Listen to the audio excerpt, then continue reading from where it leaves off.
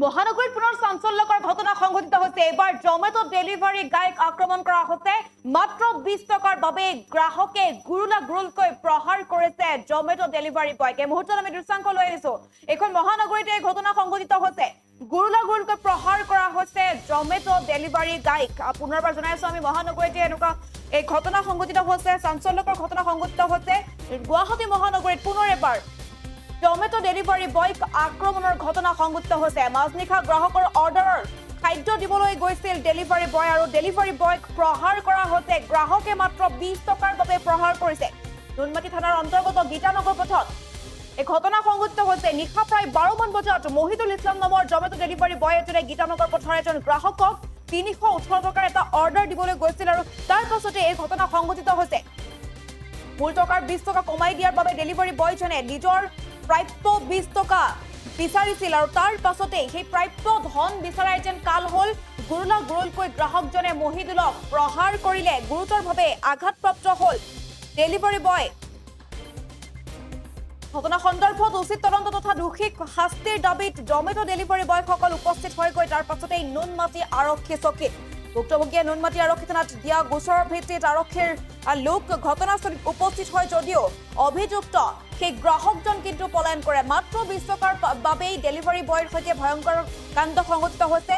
নিশাৰ মহানগৰীত গীতানগৰৰ সমীপতে ঘটনা সংঘটিত হৈছে আৰু প্ৰাপ্য ধন বিচাৰিছিল জমেটো ডেলিভাৰী গায়জনে। কিয়নো নিশা 318 টকাৰ এটা জমেটো অৰ্ডাৰ দিবলৈ গৈছিল আৰু তাৰ পাছতে 20 টকা মূল টকাতকৈ 20 টকা কমাই দিছিল গ্ৰাহকজনে আৰু তাৰ পাছতে প্ৰাপ্য 20 টকা বিচাৰিছিল ডেলিভাৰী বয়জনে আৰু তাৰ পাছতে গুৰুলকৈ প্ৰহাৰ কৰা হৈছে। 20 টকাৰ বাবেই নিশা মহানগৰীত প্ৰহাৰ কৰা হৈছে এজন জমেটো ডেলিভাৰী গায়ক আৰু তাৰ পাছতে পৰিস্থিতি উত্তপ্ত হৈ পৰে। জমেটো ডেলিভাৰী বয় কেইবাজনো আহি উপস্থিত হয়। নুনমাটি আৰক্ষী চকীলৈ গৈ এজাহাৰ দাখিল কৰে যদিও অভিযুক্ত গ্ৰাহকজন পলায়ন কৰিছে বুলি জানিব পৰা গৈছে। এই সন্দৰ্ভত আহি পৰিছে ভাষ্য আমি আগবঢ়াইছো।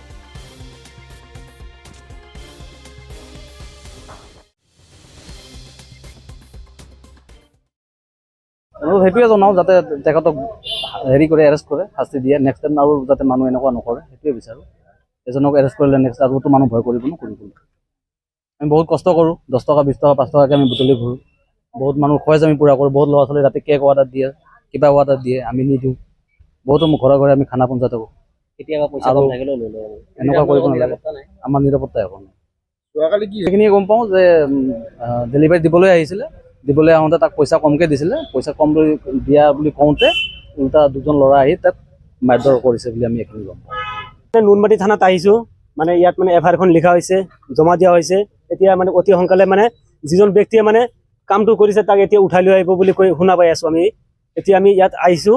এতিয়া নিউজ মানে যিমান মানুহ আছে গোটেই মানে চব জমেটো ৰাইডাৰ হয় আৰু আমি অতি সোনকালে তাৰ শাস্তিটো মানে বিচাৰোঁ। আমি তাৰ শাস্তিটো মানে অতি সোনকালে বিচাৰোঁ।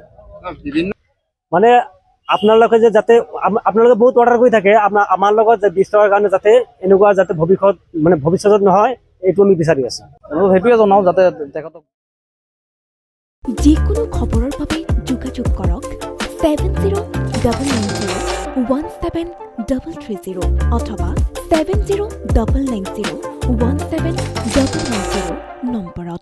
যিকোনো খবৰৰ বাবে যোগাযোগ কৰক 7099017330 অথবা 7099017390 নম্বৰত। যিকোনো খবৰৰ বাবে